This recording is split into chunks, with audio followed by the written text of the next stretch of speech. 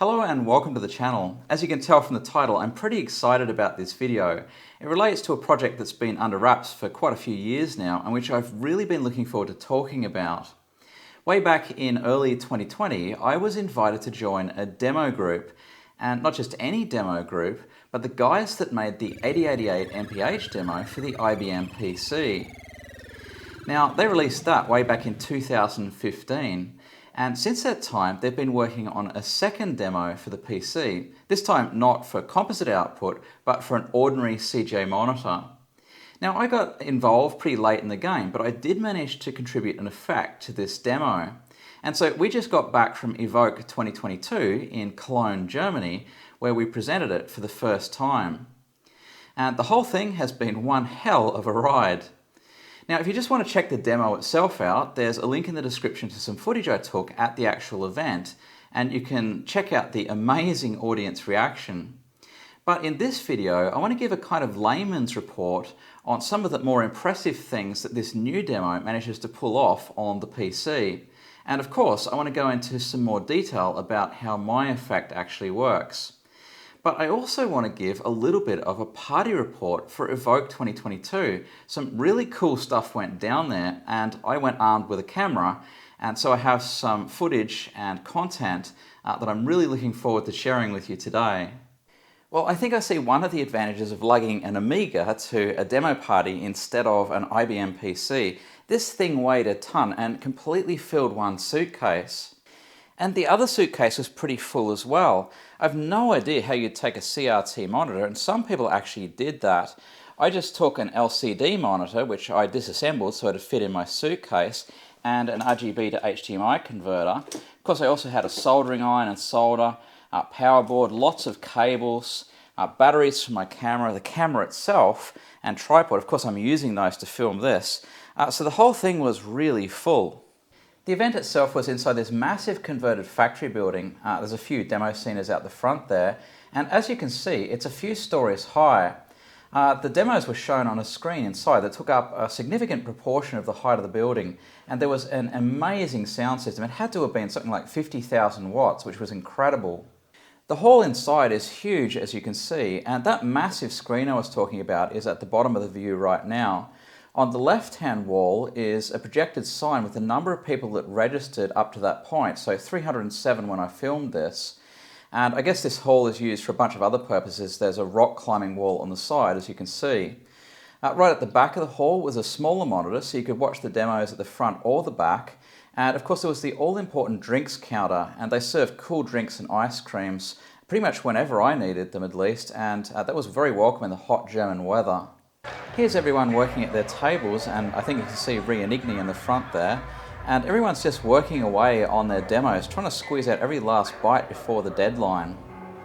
This is some of the artwork that was shown at the competition, and it's pretty common at demo parties for the better stuff to be pre-sorted towards the end, so that things seem to get better and better as you go through the competition. But for the artwork, there was so much good stuff, and the standard was so high that there were people literally gasping with every new image that went up. I can't remember if these were 3D scene or animation, but take a look at the detail here. These really stood out to me, and it's almost like demos in themselves.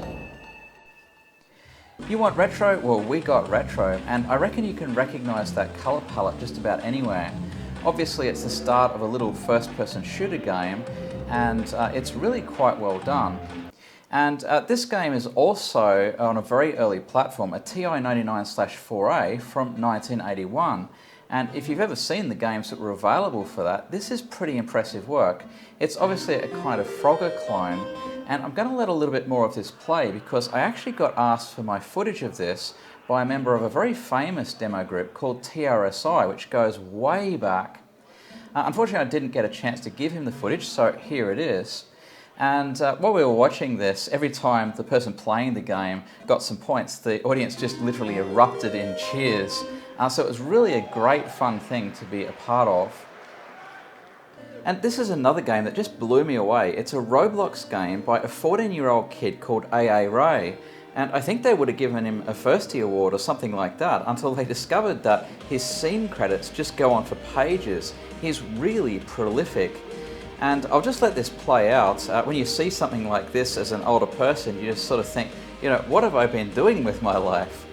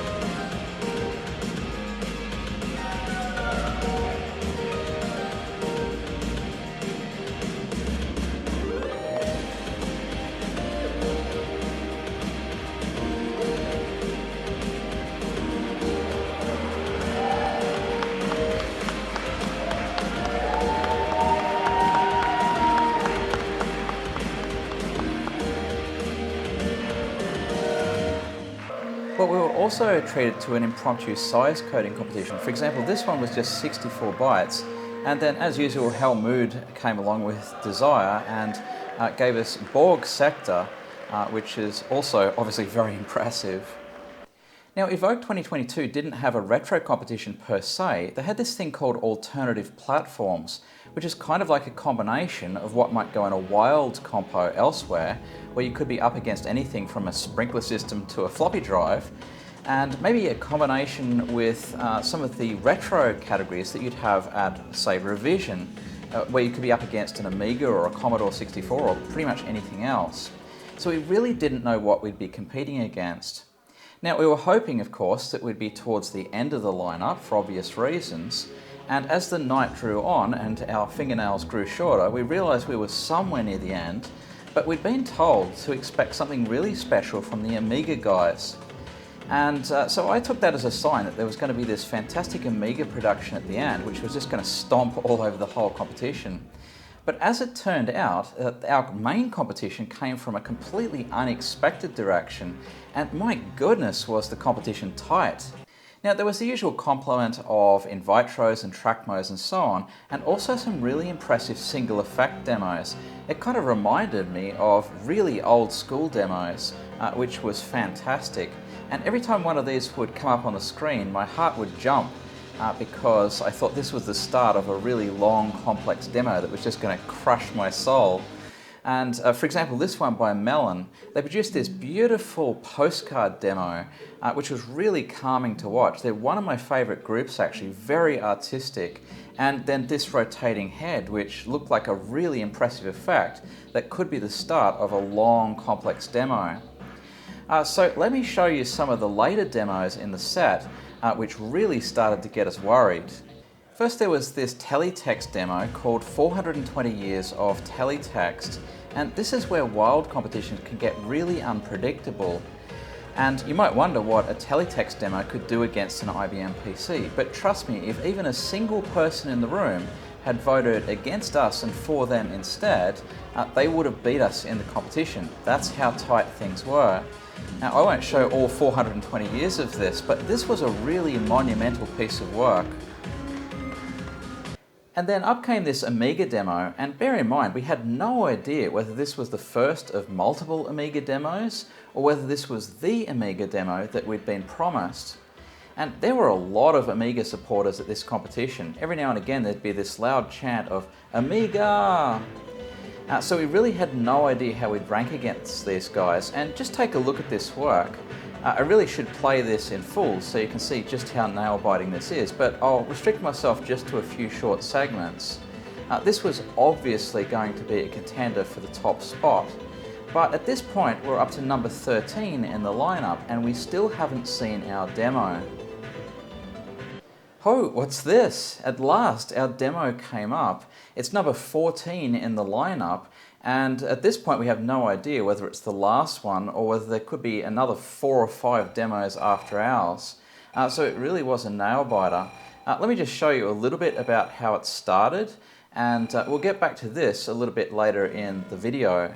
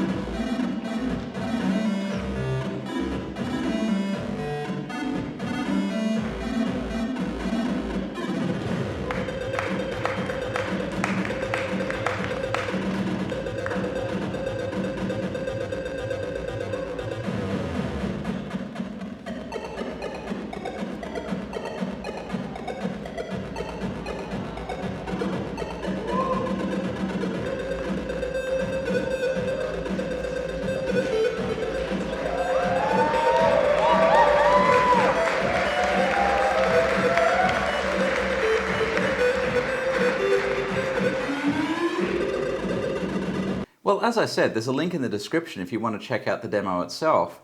But I think it's time that I showed the effect that I contributed to the demo. It's a Glenz, which is a rotating 3D object with translucent faces. And this is actually rotating at 30 frames per second, and it's moving about the screen at 60 frames per second. And not only that, but it's actually got music going on in the background, and the video mode that we're using here is really tricky and requires quite a few cycles to keep it going. So this is obviously way faster than any 3D rotation that I've shown on the channel before. The first object is a tetrahedron made of other tetrahedrons with the center cut out. And the second object is that center blown up a bit with a few faces missing. Now I should list some credits here. The music and music player were done by Shiru, the graphics were drawn by Viola, and the graphics mode that we're using here is a combined effort of Viola, myself, and Rianigni. Now the other thing to realise is the graphics at the top and bottom of the screen are 16 colours, so they had to be done in a hacked up text mode. We didn't want snow, so it's a 40 by 25 text mode derivative. But the Glenz object had to be high resolution, and so this is in CGI graphics mode. That's just 4 colours. So for the first time, as far as we're aware, you're looking at a CGI demo effect which combines graphics and text mode on the same screen. But there's another problem. The graphics fill the border region, and so there's actually not enough VRAM for all the pixels you see here. And it was Viola that figured out how to do this. The screen is broken up into 3 frames, one for the top graphic, one for the Glenz, and one for the bottom graphic. But the top frame has varying length. Every 60th of a second, its length changes, and this pushes the second frame, which contains the Glenz object, up and down the screen. Now, this is all timer driven, so that means using interrupts, and unfortunately, mul and div instructions interfere with interrupts. They're very long running, and so they could change when an interrupt actually occurs, messing up the timing. And so it took 3 of us, really a month on and off, to get rid of all the glitches out of this effect, so you couldn't see the transitions between the 3 frames. Now a little bit later in the video, I'll talk about how we got that Glenz object to rotate so rapidly on a machine so ancient, with such a slow graphics subsystem. The results took a day to come, and our mascot even had to take a lie down, he was so tired. I didn't film the PC competitions in the evening, you can watch those elsewhere on YouTube, but the next day was just a chance to relax, and everyone was pretty chill. A lot of people had left the hall at this point. And one of the things I really liked about Evoke was the chill atmosphere. Lots of people there of all different kinds, expressing themselves in lots of different ways. And nobody would get up in your face and tell you you're doing something wrong, or tell you to stand here, or do this, or do that. It was just very relaxed. And if there were any problems at all, I didn't see them. The organisers did an absolutely flawless job, in my opinion. Anyway, there was time to go outside, and there was booths set up with computer-themed t-shirts. Nothing PC, unfortunately. There was these weird golden cars sitting on top of shipping containers. I guess that's just part of the venue or something like that. And of course there are a lot of demo sceners hanging around just having conversations, as you might expect at a party. There were some booths set up where you could buy drinks and so on, and even someone doing a DJ set for most of the competition. So a pretty chill atmosphere, actually. Well, the results were finally announced, and I think they did this on purpose. They put 420 years of teletext at the top, and look how close those bars are. Sorry, my camera cut that off, but there was neck and neck. Now, the rankings are actually on the left, so the first place is us, Area 5150, and a third place was the Amiga demo by Abyss, which really wasn't far behind, so it was a pretty tight competition overall. Here we are on stage getting our award, hi mum, and they play our demo in the background while we go over to get our prizes on the left. So there was a small cash prize, a t-shirt and a certificate. Here's the prize certificate. It was printed on really nice paper, and we gave this to Viola because he did the most work on the demo. And here's a selfie that Trixter took of the four of us that came to the venue. Citrix and Shiru, the two musicians, didn't come along, but here's the rest of us. Now, I did say that I would discuss a little bit the difference between this demo and 8088 MPH. The most obvious difference is that we're not using the composite output and NTSC artifacting on an NTSC television effectively to get a high number of colours. Instead, we're using the ordinary RGB output of the CGA card, which would go to an ordinary CGA monitor. So we really are limited to 16 colours here. Now, of course, what you're watching here is a capture from the RGB output directly, but the guys have gone to a lot of trouble to make sure that the colours are faithful to what you'd see on an actual CRT monitor. And there are actually people around the web who've already taken the binary for this demo and run it on their own IBM PCs, and you can see that it really is a faithful representation. Now, another big difference is graphics in the border region.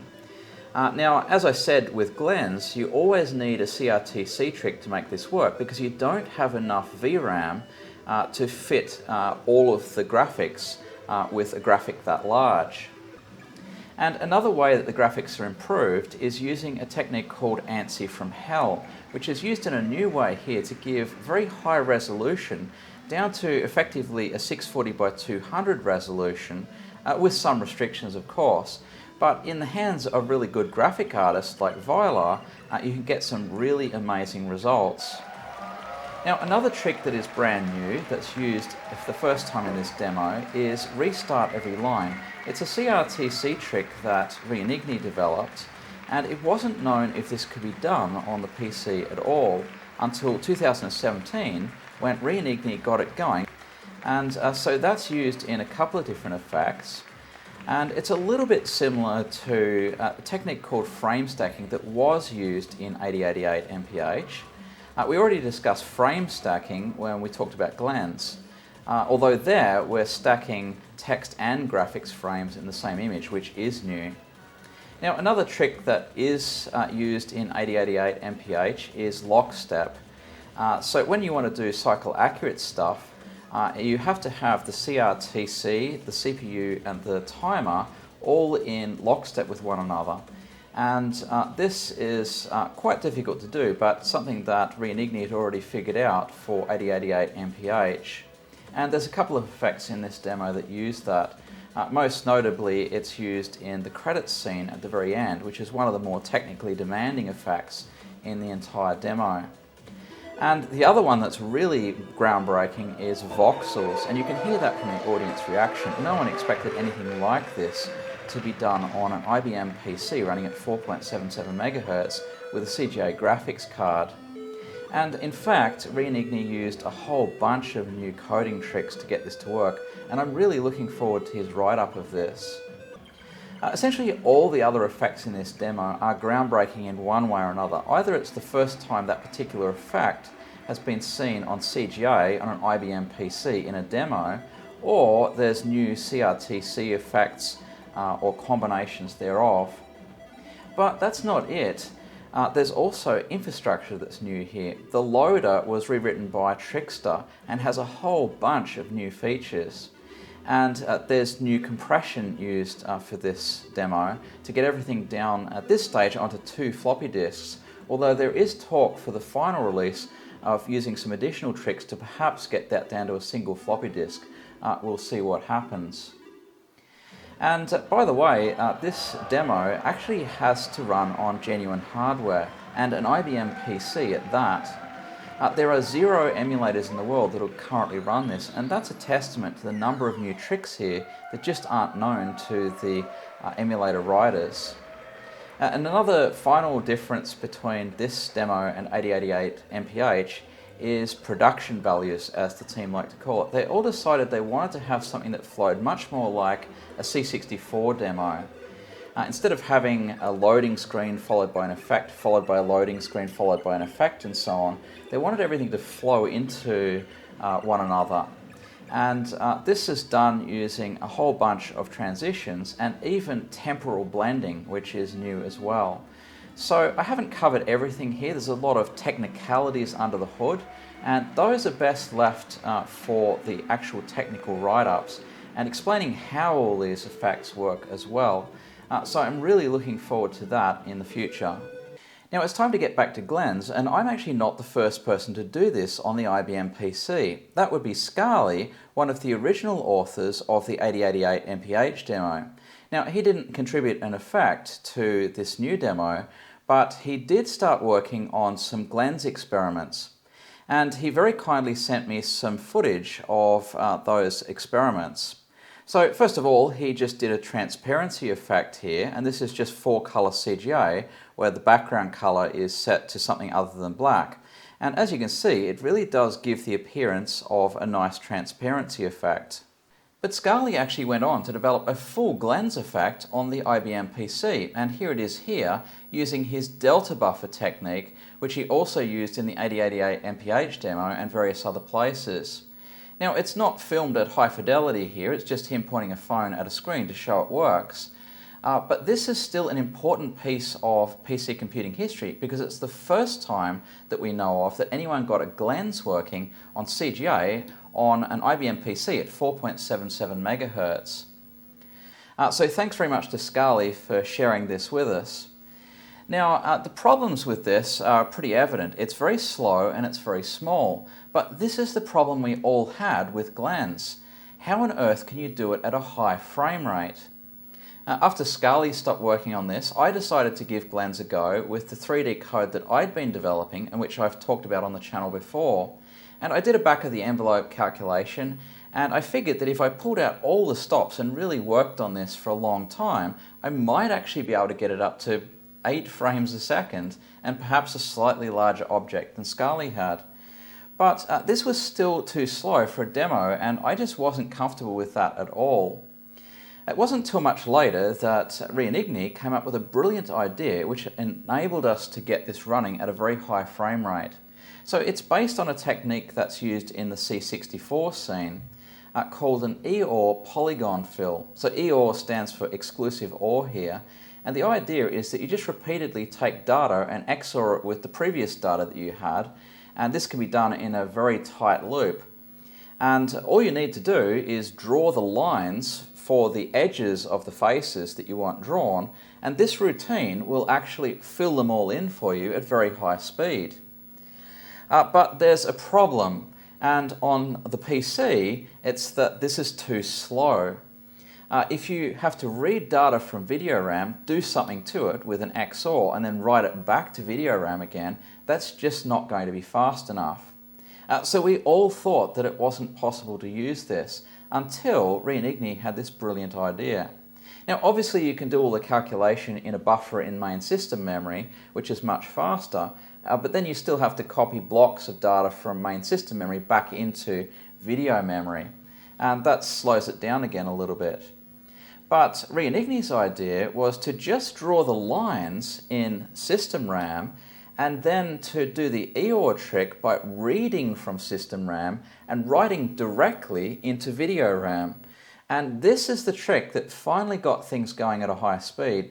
And actually, Reinigni had another idea which would make it even faster still, but it's very, very complicated to implement. We haven't done that yet, so maybe there's even room for improvement in the future. At any rate, initially when I implemented this, I got 20-something frames a second, which was already way higher than I was expecting.